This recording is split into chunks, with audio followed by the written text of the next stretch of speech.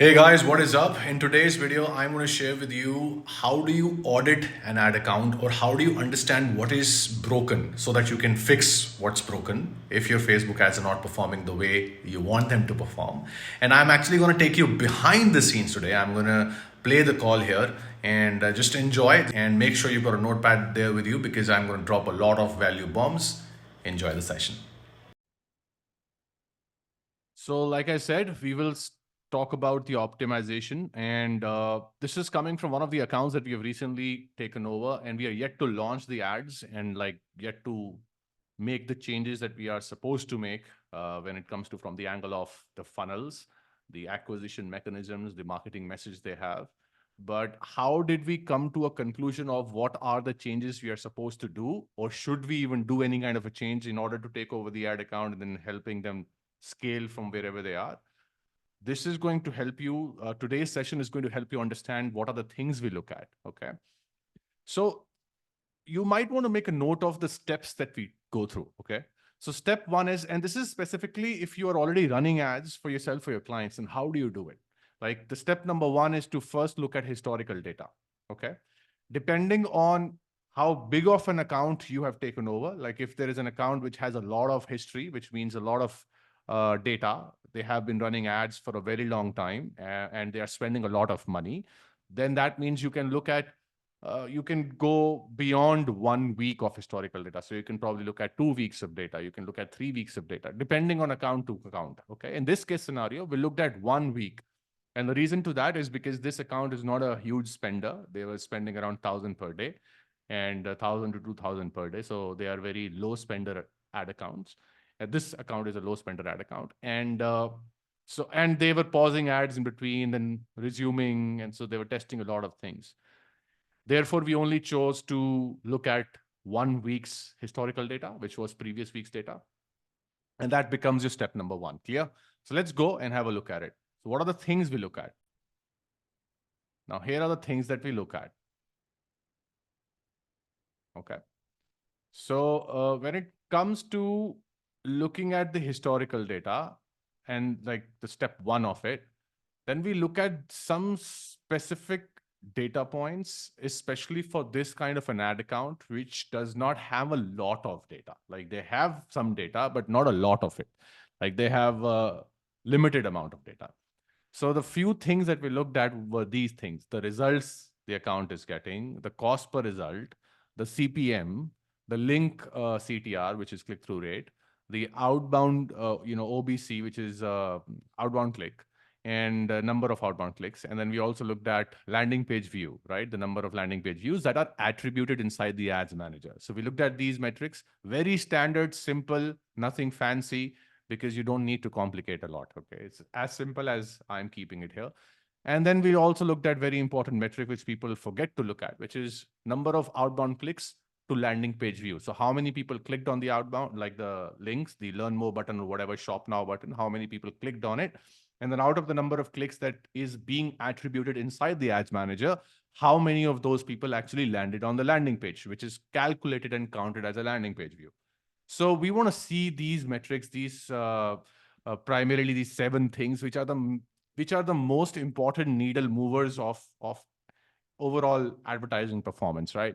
Now, if you're looking at an ad account which is a very high spender, which means an ad account that is probably spending, say, upwards of 5,000 per day, 10,000 per day, right? 20,000 per day, 1 lakh per day. Like if you're looking at high spenders, then you'll probably look at other data also, like other data points. For example, what's the hook rate? How many, like if they're running video ads, like, so look at all those little nuances, because then also you can gather a lot of inputs on, okay, what kind of things can be done better or differently in that ad account to optimize their performance and basically become scale ready. Okay.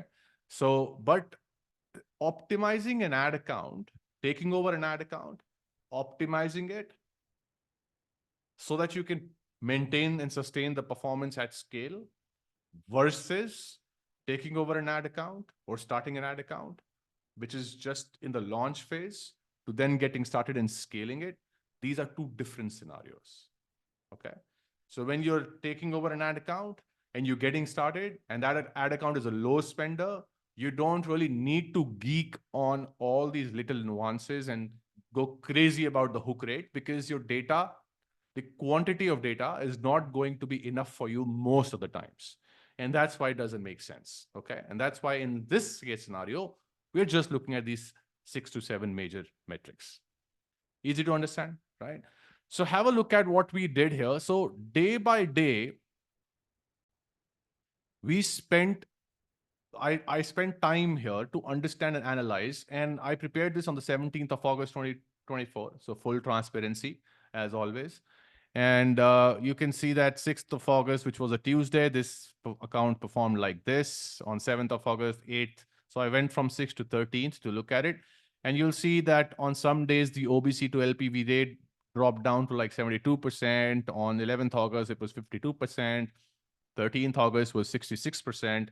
And the results that were attributed were like two sales, 0, then 2, then 1, then 1. So their CPR cost per result as per the attributed sales, but it was pretty low.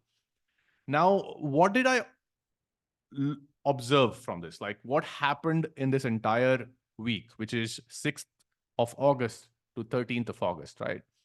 What exactly happened? And these were the things that we observed, that the weekly average, so this is daily average, daily data, and then weekly average is that attributed landing page conversion rate comes out to 7.52%. This is the first thing that we look at, right? It is not just about the performance of an ad. Like you can be a marketeer, or you could probably do this for your own business, right? You are as a freelancer or an agency owner who is handling a client's account, or you can do it for yourself. But the first thing that you look at is not, or not the first thing I would say, but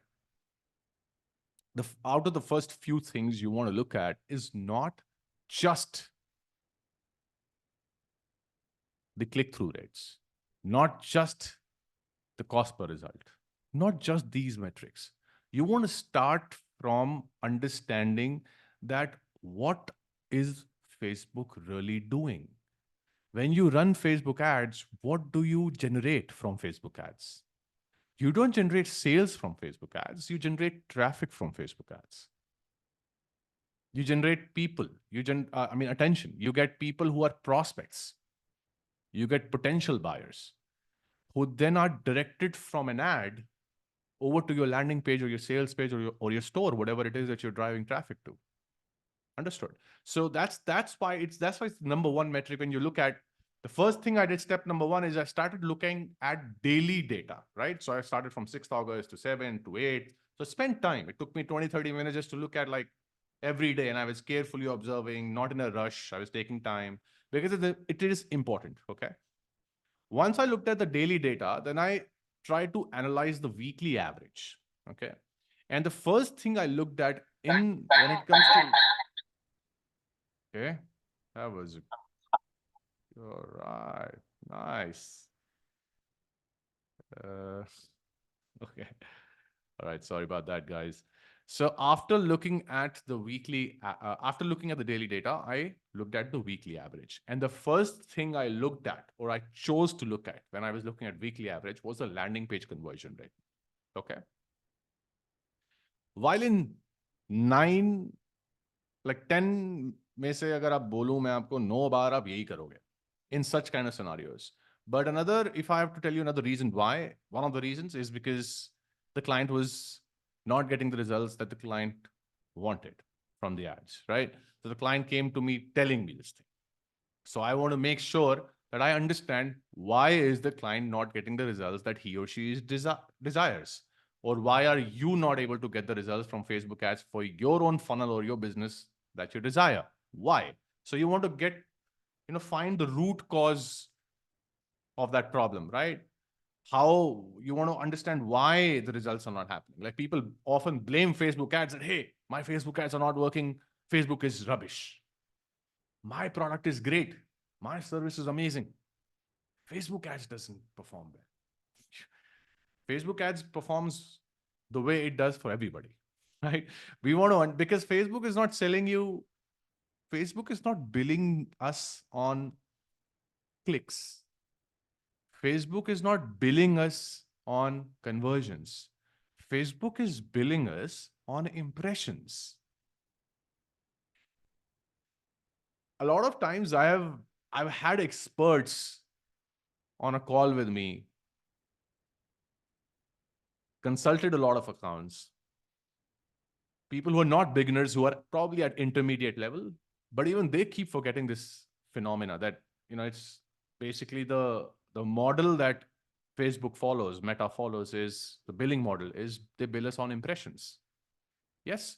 So that's why I want to understand, and when they are billing us on impressions, and if an ad account is not performing the way I want it to perform, after looking at the daily performance and looking at the historical data of last 1 week, and then moving on to overall weekly average, step number two, the first thing I'm going to look at then is the landing page conversion rate, because whatever ads I ran helped me generate some traffic, right? I want to see how much of that traffic was converting. That's why it is the first thing that we will look at, landing page conversion rate. So when I looked at landing page conversion in this case scenario, it was 7.52%. Okay. The cost per result, and also please mind you, don't forget, and I'll tell you in a while in a bit why I say as per attributed results over here. So the first thing is attributed landing page conversion rate, 7.52%. Cost per result as per attributed results was 700 rupees. Cost per link click was coming out to be as around 50 rupees. CPM coming out to be around 465 rupees. Click-through rate average was 0.92%. Total impressions served in 1 week were around 17,000. And the frequency was 1.96. Right. So I looked at these numbers. Understood?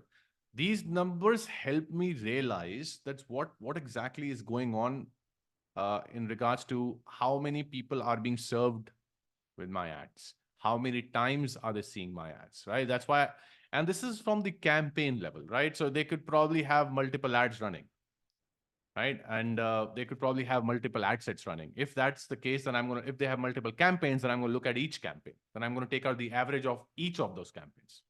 Understood? Now, thankfully, luckily, they were running only one campaign. So it was easy for me to look at the data, right? But a lot of times when people are running Facebook ads, they have a messed up account. They have like 17 campaigns running, and inside each campaign, they have 3, 4 ad sets. Inside each ad set, they have 1 or 2, 3, 4 ads. So it's like a mess, right? So then you have to look at the average of all of these things, and you have to consolidate everything, and then it just becomes a mess. But that's what we look at. Understood? Now, looking at these numbers, I was able to realize I made simple observations, and I made a note of these simple observations, that the landing page conversion rate is decent for this product and funnel, right? Because according to as per the experience that I have today, and these numbers keep changing depending on the market sophistication level, right? Like how mature is the target audience contributes to the what conversion rate you can expect from a landing page. Yes or no? Like if you're selling something in a competitive marketplace, the conversion rate may be lower. Yes, that's why when the competition keeps going higher, the conversion rates, they keep going down. Why? Why? Because the market is becoming sophisticated, much more mature. Because of that, the conversion rates go down. Why? Because it takes more effort to convince someone to buy from you now. Because the reason is because the market is very sophisticated. They're more mature. And higher is the market sophistication, higher is the market's skepticism. And a skeptical mind usually is not an emotional buyer. They are not an impulsive buyer. They're not going to make a buying decision then and there, even if the price is down, or which means, I mean, the price is low. It will still take probably a little longer. And that's why every market's conversion rates cannot be standardized. It cannot be evergreen. I cannot tell you that if a landing page conversion rate is 7% today is decent for a specific niche or a funnel, it will be 7%. It should be 7% 5 years from now. I can't say that. And the reason why is the reason that I just told you. Because in the next 5 years, the competition in your target market is going to rise. As the competition rises, people are going to have multiple options to buy and choose from. When people are buying things from multiple people, They're going to not have so much of great experience with everybody, which will make them become more skeptical. And that is what ends up contributing to lower conversion rates, right? So that's why if a landing page conversion rate today, for example, is 7%, which is decent for this funnel, it may not be 7% 2 years from now, 1 year from now. And the benchmark, the standard market conversion rate may drop down from 7% to say 5%, to say 4%, to say 3%, or it could probably be 8%, 7%. But you get the hang of what I'm saying, right? So this funnel is according to this business model and this funnel. I know that if the landing page is converting anywhere between 7% to 12%, it's a 5% range. I know that it is good. Like if it's above 10%, it's very good. If it's 7 to 10%, it is like 7 to 8% is decent, 8 to 10% is good, and 10 to 12% is very good. So I know that because we run multiple ad accounts, and that's how I know it. Okay. And that's why you guys are a part of this program, right? So that you can get my learning and I can pass it over to you guys. Making sense? Why did I look at this data? By looking at this data, I realized that landing page conversion rate is not a concern. Did you notice?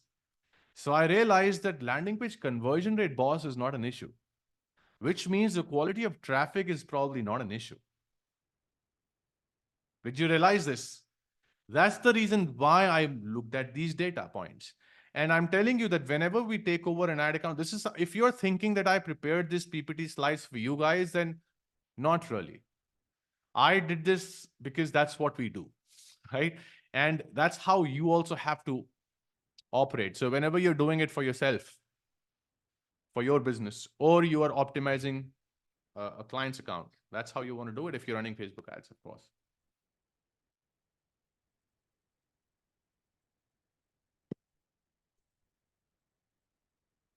Understood, guys? Very important, huh? What I just shared with you. So I realized the landing page conversion rate is decent for this product and funnel. The cost per link click seems to be very high. And my observations were that if we can get more people to click, cost per link click will reduce. But we also must maintain the landing page conversion rate while getting more clicks. So any marketing angles deployed at the ad level must be congruent with the landing page or offer on the landing page. I'm going to take a few minutes to explain this. When I share this with people as a tip, it's very easy to understand because I like to keep it in simple English, right? Plain, simple, plain English.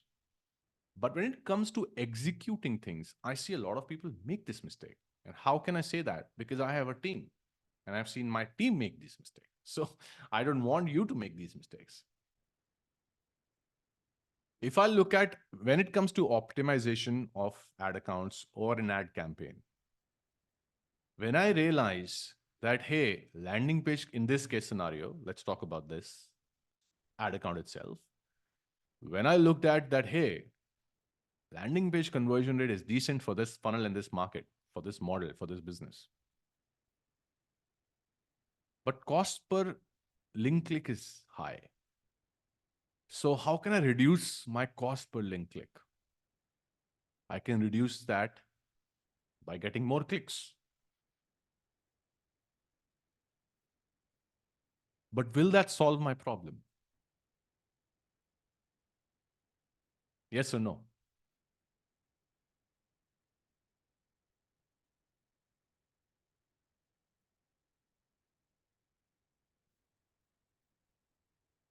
Correct. So what will and how will it solve my problem?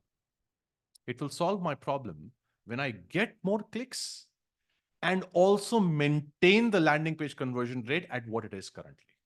Now tell me, if I get more clicks and maintain and sustain the landing page conversion rate, will that solve my problem?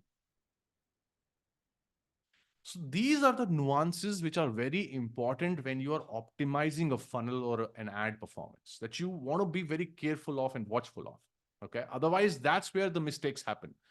What happens is when you are executing this optimization, you look at, hey, Rohan, cost per link click is high. So I think I need to launch new ads so that I can just get more clicks. Or I think, let me launch a new ad with a different marketing angle, from a different perspective.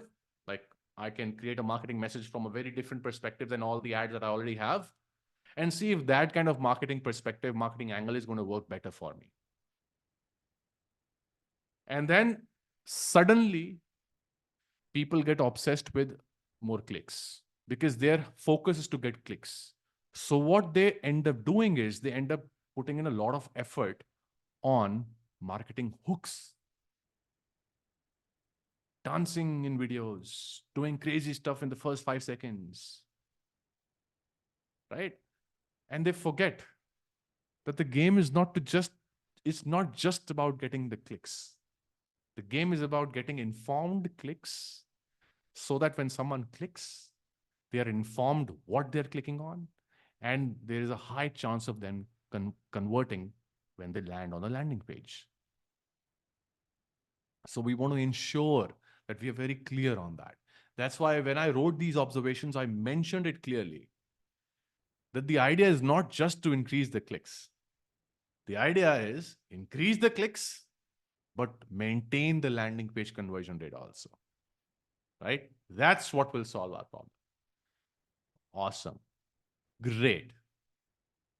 But that made me think, how can I do that?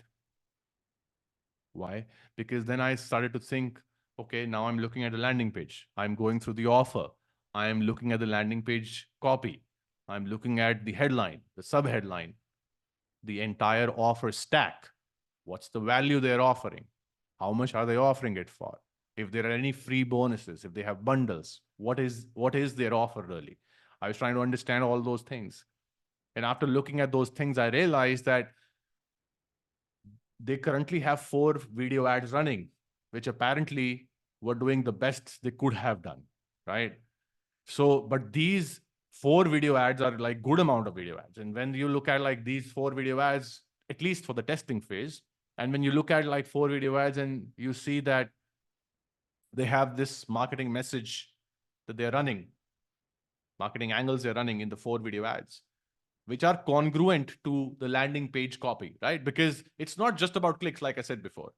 If it's only about clicks, then I can just do anything random to make people click on it. I can even kind of be clickbaity in my ads, right? And make them click.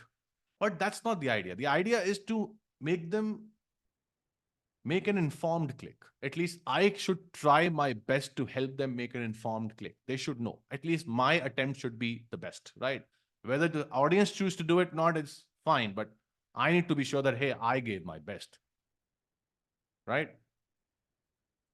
Rohan, do you mean while testing hooks and angles, our target audience should not be changed? Assuming anything? No, it's, do you mean our target audience should not be changed? Let's take the Q&A in the end. Okay, so park this question. Let's continue. So that's why we want to be very watchful of these things. Now, if I change the ad creative, right? If I try to address the market with a different marketing message, from a different perspective, because my product solves one main problem. My product solves one main problem. However, it also solves other sub problems at the same time. Yes or no? My Facebook ad service solves, for example, lead generation, right? Good quality leads, premium quality, high quality leads. But it also solves other problems. For example, business growth, more high paying clients. If I'm serving to service like providers, service businesses. Yeah, just an example. Understood. So my product, every product will solve one main problem, and there will be always other problems also that it addresses. So what I want to make sure is that if I am choosing to go in the marketplace and utilize my ad angles, my marketing messages, very important, write this down, what I'm about to say next. If I'm going to utilize this psychology of hitting my marketing, my market, utilizing different marketing angles, then I also want to make sure that whatever I am addressing my market with in my ads is congruent with my landing page. So, for example, if I am selling, just an example, hypothetical example, if I'm selling a Facebook ad service which is promising good quality leads at lower cost, good quality leads at a lower cost, if that's what my promise is on the landing page, then whatever I have to or I want to talk about in my ads ultimately should lead and land on this point. I need to drive my point home. Everything should come down to this, that, hey, more leads, better leads at lower cost. It should come down to that.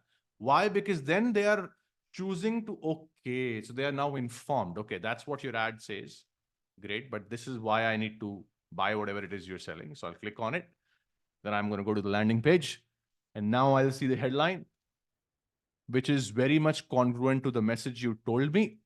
So now I feel like, okay, you are making sense. And I can further continue the conversation where I left in the ad on the landing page. Right? And that is the reason why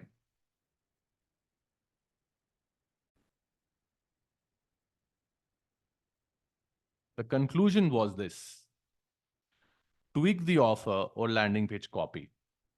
Okay, so it's these are options. I'm not saying that we have to tweak offers all the time. We can just change the copy sometimes, keep the offer the same.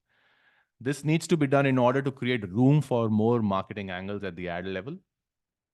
Doing so may increase total clicks and maintain the landing page conversion rate, which will, as a result of which, overall performance will be optimized.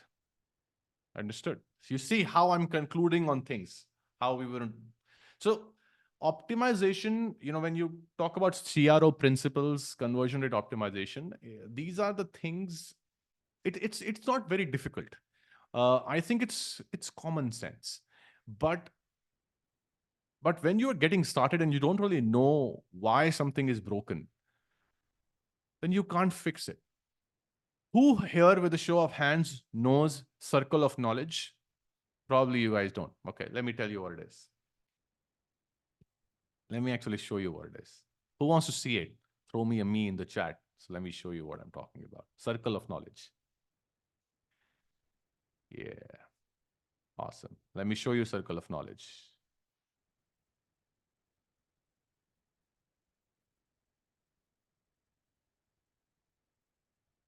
I have my version of it, so I'm going to share that with you. Give me a second.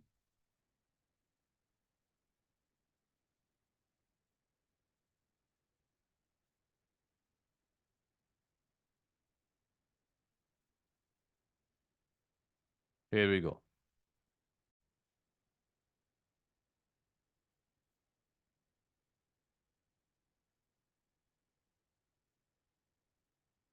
So the circle of knowledge is something like this.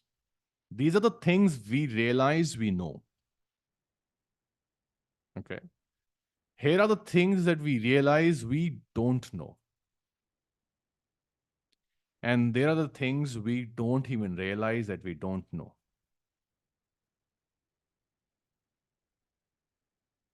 If we don't know what we don't know, we will fail for sure.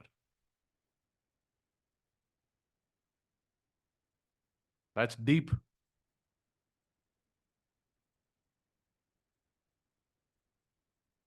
If we don't know what we don't know, we will fail for sure.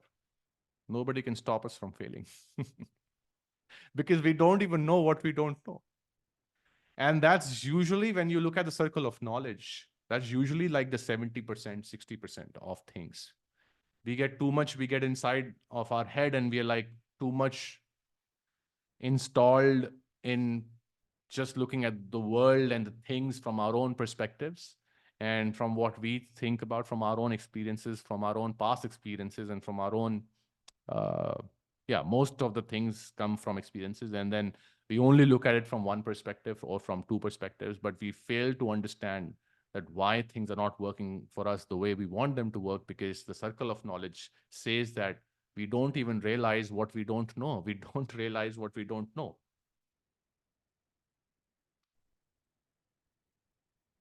Right? So, for example, you may realize things you realize we know. So, for example, you may realize that, and you know them. So, for example, you realize that things that are needed for you to grow your business, you know them. And because you know them, you now have learned them, right? So, those are the things you realize and you know. Then there are things that you realize, but you don't know. So you realize that there are things that I want to become better at. For example, you look at one angle of building a business is, say, marketing skills. The other thing that probably will contribute to your success of your online business is your communication skills. Just an example. You probably realize it, but you don't know, which means how to do it. You don't know. So you're just trying to figure out a solution. So majority of people are between these two, like the portion of the circle of knowledge, right? Things we realize we know, things we realize we don't know. But the reason why still people keep failing is because majority of the attention should be on what we don't know. We want to figure out things that we don't know, things that we want to find out what are the things we should know. So what are those things that we should look out for? Like, I'm not getting the results from my Facebook ads. Great. Why, according to you? I think Facebook ads suck. Really? People are not buying my upsells. Why do you think so? Ah, I think I think I think it's not the right audience. Okay. What if the offer is not right? Could be, right? If we don't know what we don't know, we are bound to fail. That's the circle of knowledge. And that is the reason why I decided to speak about this today and share this with you about optimizations, especially if you are optimizing a low spending ad account. Like, how do you look at these things? Because there are a lot of things that we don't know. For example, you may go to any advanced media buyer, ask him or her about advanced optimization techniques or steps they usually want to take, and everyone would have their own ways of optimizing things. But I'm saying you may go to an advanced media buyer and may ask them about optimization, and they may tell you a few things. And few things could also include things like hook rate, right? Like how many people are like stopping on your video ad. But is that really important in this case scenario? Well, I did look at it, but it's not the primary needle mover in this case scenario. Because in this case scenario, it is very evident. Without looking at the hook rate, it is very evident the things that are broken. I realized, and I'll tell you why, how I realized it. When I looked at the landing page copy and all of these things, I realized that their actual offer was talking to a very specific audience of within a market. So there's one market and there are specific set of segments of that market, right? Like, for example, if I'm teaching a skill to someone, let's say, for example, Facebook ad skills, right? So one segment of that market is going to be of people who really don't know nothing about Facebook ads, right? But they know it's important, but they have no idea about Facebook ads. They have never been inside the ad account ever. That's one segment of that entire market, right? Then there's one segment who has been in the ad account, inside the ad account for themselves or other businesses, but they are not getting the results they desire. So they are facing challenges in launching things, scaling things, etc. That's another segment of a market, right? Now, if you were tapping into through your marketing message to one sub-segment of the main segment, then you want to be very sure that your sub-segment of your main segment is also big enough, which means large enough, so that your unit economics of your advertising makes sense. If your CPM is, hypothetical example, which is very similar to this performance of this ad account, okay?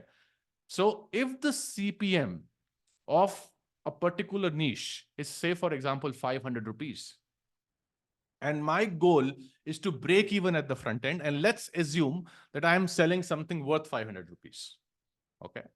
Then it's very simple that for every 1,000 impressions, I need to get one sale.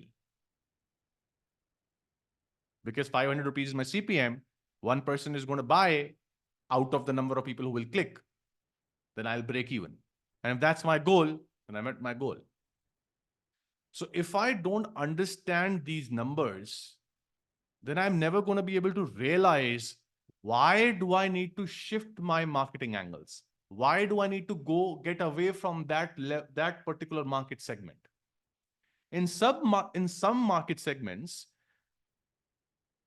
is this applicable, like Rohan, if somebody is going towards more like, say, an advanced sub-segment of the main segment, if someone is going to like an advanced user base, is this applicable for every market, that there is always going to be larger segment at the beginner level, like that sub-segment?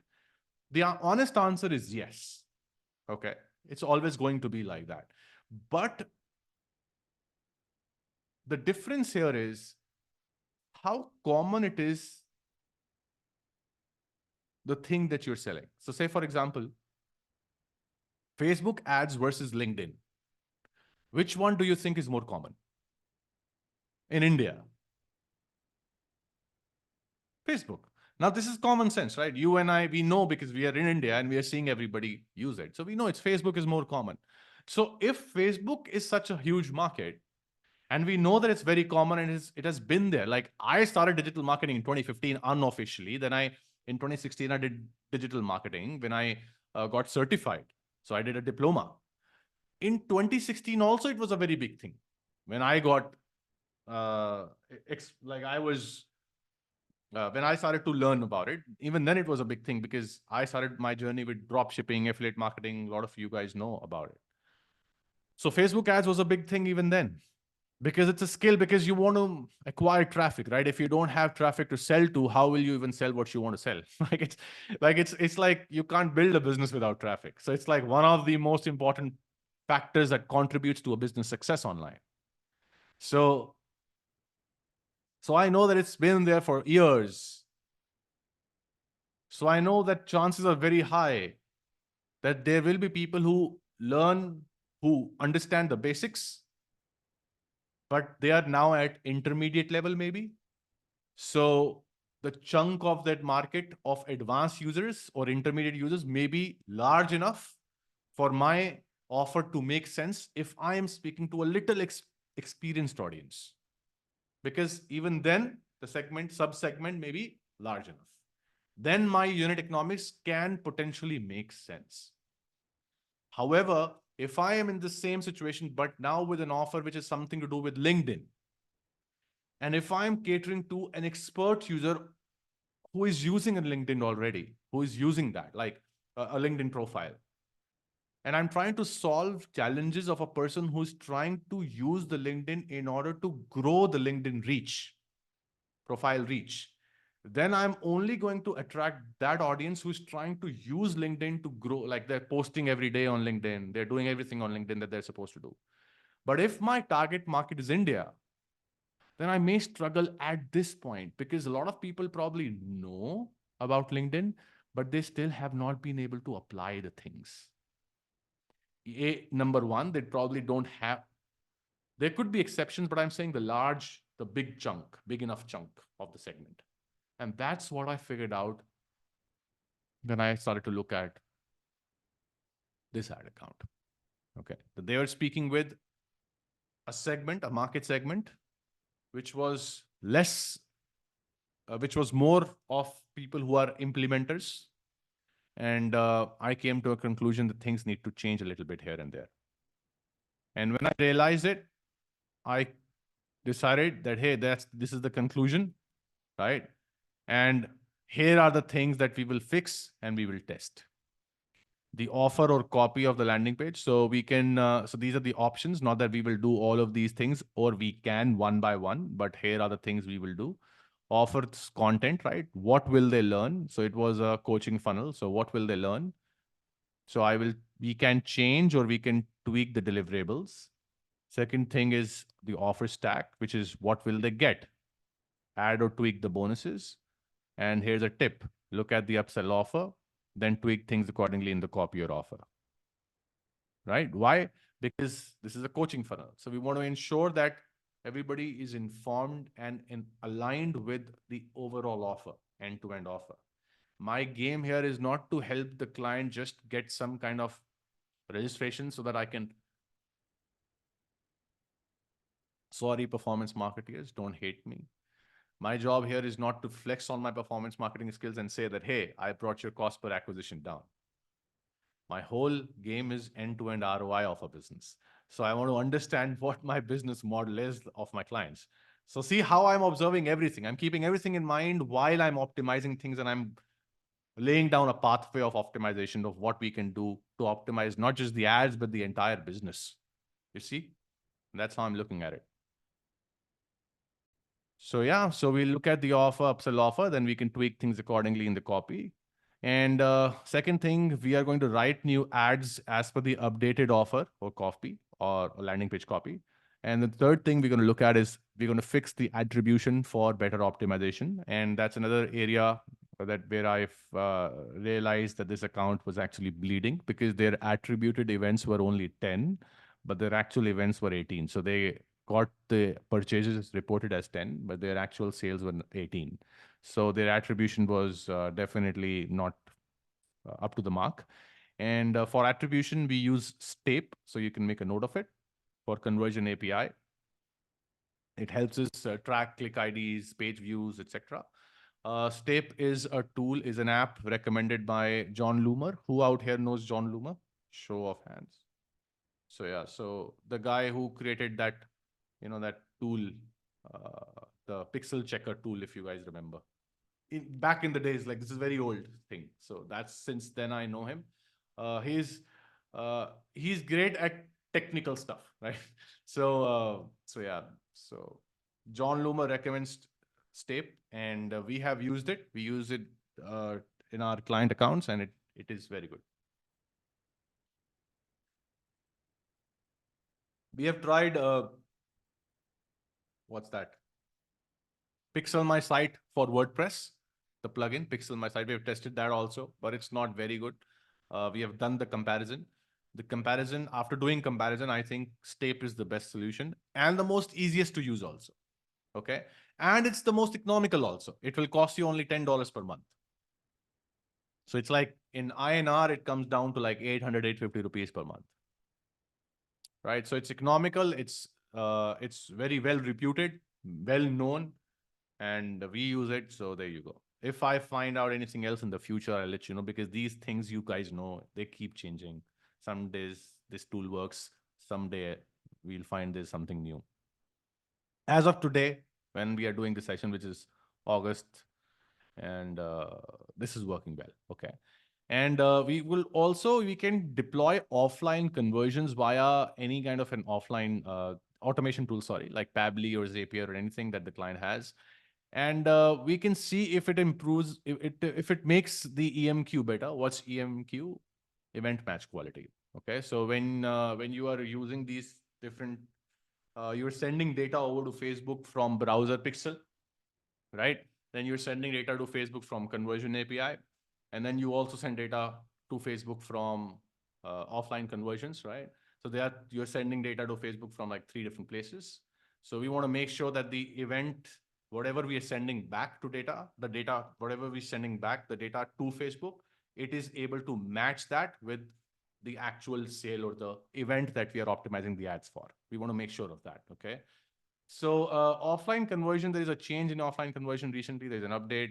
Earlier, there used to be a different separate API for offline conversion itself, but now it's a part of conversion API. So recently we tested event match quality if it improves with offline conversions recently. It's like a week back. And we did not find it to be working that well. So far, I can tell you the latest update.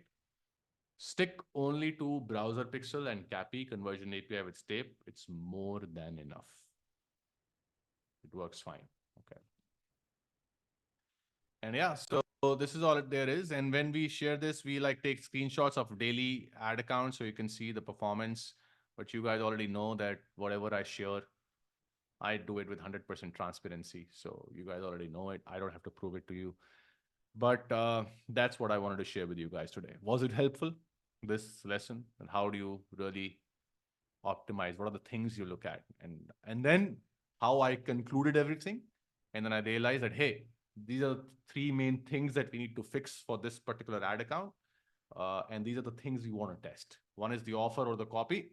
Then we have to deploy new ads according to the change we make in the offer or the copy. And then we also have to fix the attribution. So I'm not saying we have to follow the same sequence. We can probably first fix the attribution so we can install the Stape, right, for conversion API. So that thing is done. Then we can tweak the offer copy, and then we can launch new ads for the new offer or the tweaked offer or the copy of the landing page. And then this all is being done for what?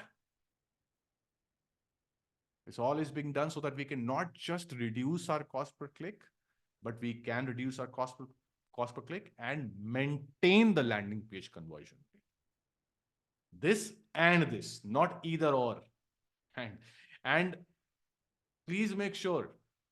That's why it's imperative to stay in the know of what's going on in the marketing world and learn from practitioners. Why? Because then you know the current industry standards, the numbers, and then you know that you're looking at in the right direction. Like if had I not told you that 7 to 12% is like is a sweet spot for this funnel, this kind of funnel, then you don't know. And you will listen to anybody who's telling you that, hey, 20% should be the landing page conversion rate. Or even if you're not listening to someone, but you're like, hey, why 7%? Someone told me 20% should be the conversion rate. If I'm selling something worth 100, 200, 300, 400 rupees, I want 10% people to buy, 20% people to buy. Let me see if I can increase my landing page conversion rate. So what will you do? You will keep your same ads running and you'll start making changes on your landing page. As a result of this, what ends up, sometimes it ends up messing up your performance even more. So it actually becomes worse. And the reason is because we try to fix things that are not even broken. Which is what happens with 9 out of 10 businesses. They try to fix things that are not broken 9 out of 10 times. 9 out of 10 times. Should I just do this? Should I just do? Focus on what matters. Come on. Right. Awesome. Let's open up for a quick round of Q&A. So Hemant, you had a question. Yeah, so let me just unmute you. Yeah, go ahead. Yeah. So Rohan, I wanted to ask, when you say change the offer or change the landing page copy, you mean to say, so copy is fine, but when you say change the offer, so what I mean, what do you mean by offer? Like suppose it's the type of angle, the marketing angle or the hook we are trying to hit, or it's a completely like different offering. Yeah, not completely different offer. So when I say change the offer in this context, in this Yeah. example, Yes. I just meant tweaking it. Sometimes what happens is, like, for example, I'll tell you exactly what was going on in this case scenario. This client is actually addressing right now a more advanced sub-segment of the entire market segment. Okay. Mm-hmm. So we want to change the offer and we want to make the offer more focused on a little beginner level people. Why? Mm-hmm. Because the market that this client is tapping into is not large enough. And that's Hmm. why the cost per link click is high. These things are high. It's very, very, very evident. So even in the now, because what the offer is currently being positioned as is for like more advanced users, right? So the ads are also attracting more advanced users, right? Which is which is very small, large, not large in quantity, not big enough in quantity, which is why cost per link click is high. But that's the So, reason why landing page conversion rate is very good. so See, what I concluded, but what that is what I meant to say. So basically, we are kind of pivoting our target audience, kind of, yeah, kind of. yeah, by changing our messaging and like where we want to like whom we want to appeal our offer more. Correct, correct. Like that's why I always say like it comes down to the principle business building foundational principles, honestly speaking. Mm-hmm. Because see, think about it. If you only have, I was the other day I was listening to Myron Golden. You know Myron Golden? Mm-hmm. A bit, yeah. Great guy. I love him. He's great. I just like him very much. And he has like he does millions of dollars. Mm-hmm. And I was listening to him, and he said something that really made a lot of sense to me. And he said that if you only have one thing to sell in your business, then you are just your business is like one bullet. Like there's a gap of only like between your business and failure. There's only one bullet. One point of failure, single point of failure, kind of. Yeah, one shot and you're dead. Mm. Right? So all the successful businesses you will see, all the big businesses, right? Like you look at any product, yeah, whatever you use, Mhm, the mhm, mhm. food you eat, the mobile phone you use, the laptop you use, right? Any product, you will see every business has multiple products that it sells. Right. Why? Because there's some products that actually end up becoming a very successful product, or some products. So some range of multiple products that you have, they end up becoming successful products, which are successful from the angle of go to market. So when you position them in the market, they really get you an influx of customers or leads, right? Right. Right. But then some products are those products that actually become your profit multipliers, who Yeah. actually Yeah. increase your profits on the back end.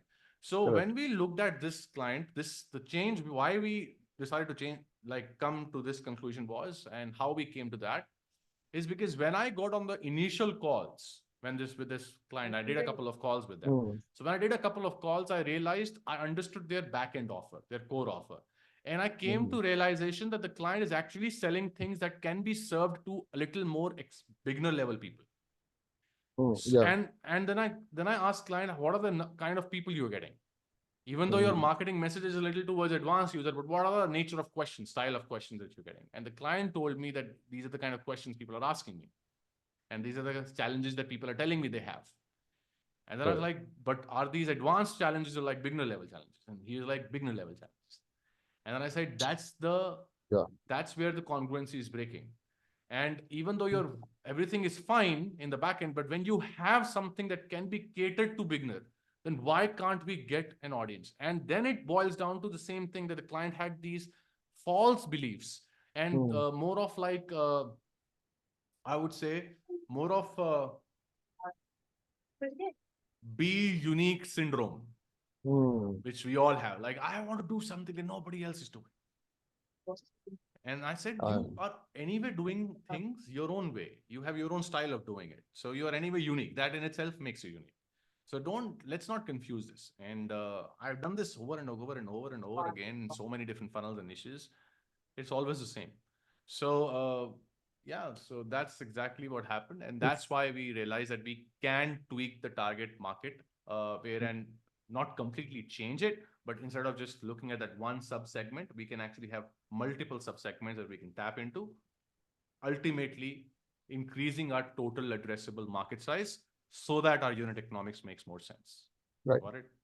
Yeah, got it perfectly. And one thing that where would we find this kind of customer? What I feel that only an inbound kind of a lead or inquiry, and who is already burnt their hands, for a considerable amount of time, like in whether in budget or in with different working with different teams, only are eager to hear such kind of suggestions because you change an offer copy. It's a lot of effort. So how do we just reach these kind of clients, or it just takes time to reach there? What would you say?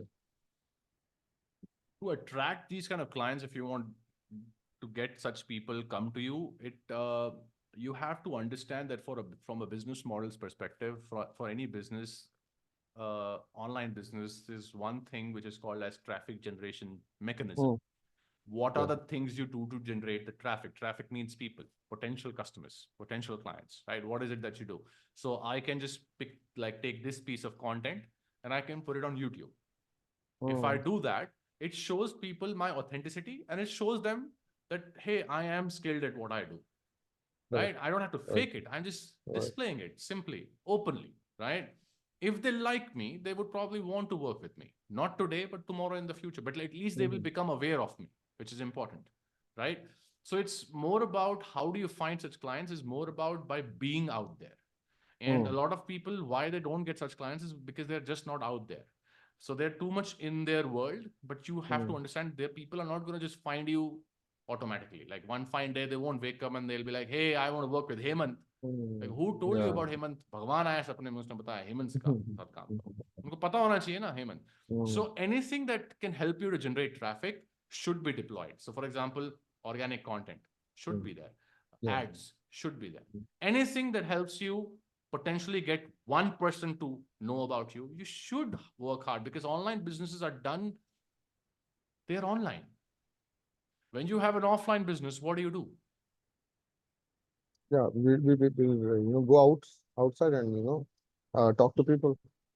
You'll you'll you'll go to this newspaper agency and you'll get Yeah. like Yeah. somebody to print Yeah. your ad in a Yeah. newspaper, Yeah. or you'll give Offline them pamphlets, brochures pamphlets. Yes. that they Yes. can Yes. distribute with the newspapers Or every day. or we call or I share our visiting cards and all the stuff.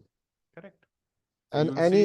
Mhm. you'll see a lot of like in the property dealer space, like Yeah. all these property dealers and these builders, Mhm. they like that's the best you can do, right? In the offline space, like Right. you will probably have these people standing like on the road and they have these pamphlets and brochures in their hands and they're like Right. waving at you when you're driving down. Mhm. Have you seen that? Yeah. Experience that Yeah. in Yeah. on highways usually, Yes. Yes. because that's the only thing they can do They can do. Right. to ultimately tell people that, hey, we exist.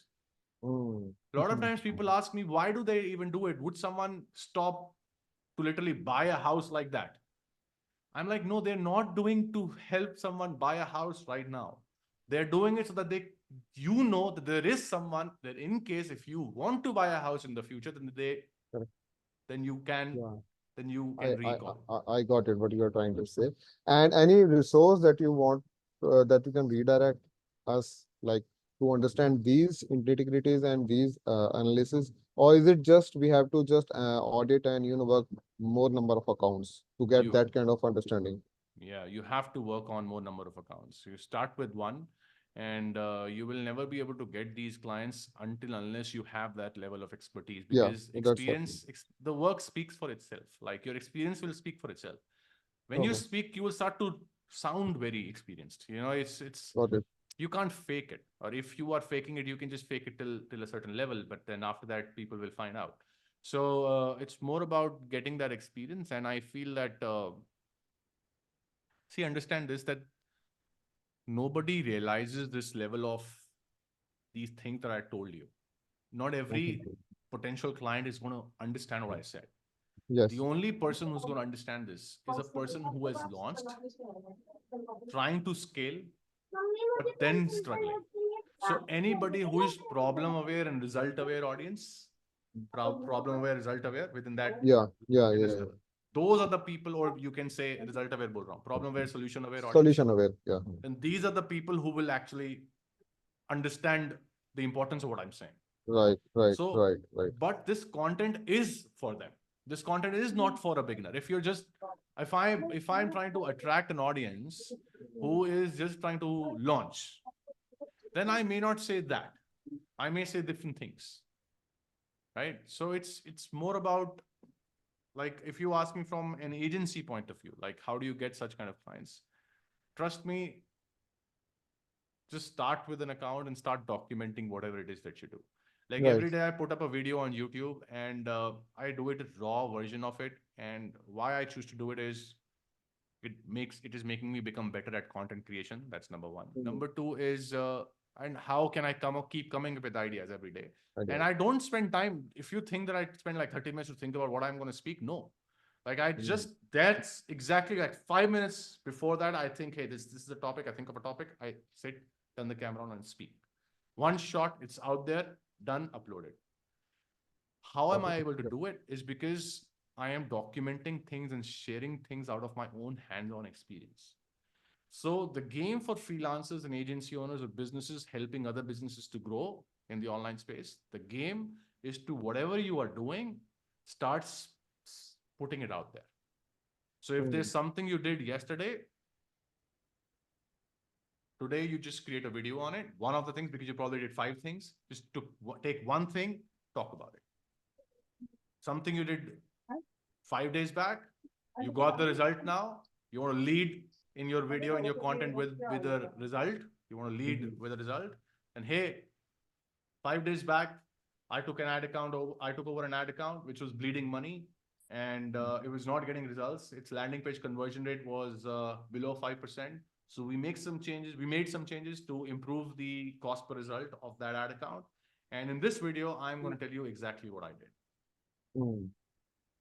So that's the hook. And this is not cooked up. I did it. So I told you what I did. The conviction shows. And when you start doing it every day, when you start doing it, it starts to compound after a while. You start to get better at it, and you'll start to get people coming to you. You don't have to really go to people. And anything that makes a business generate traffic should be done. This is more like whatever I told you is more from the inbound traffic generation angle. Yes. But there's outbound also. Right. But your outbound will only work if you have pieces of content out there. If you're leaving footprints, because your outbound is not going to work. Because imagine this, everybody does outbound. What will make you different? How does the prospect knows that you are genuine? If I try to genuinely share and value and help them out, like whatever I'm doing or actually doing in the background, sharing whatever I'm doing. The first thing what happens is when you let's say you drop a DM to someone on Instagram, telling them that, hey, I can help you to improve your business.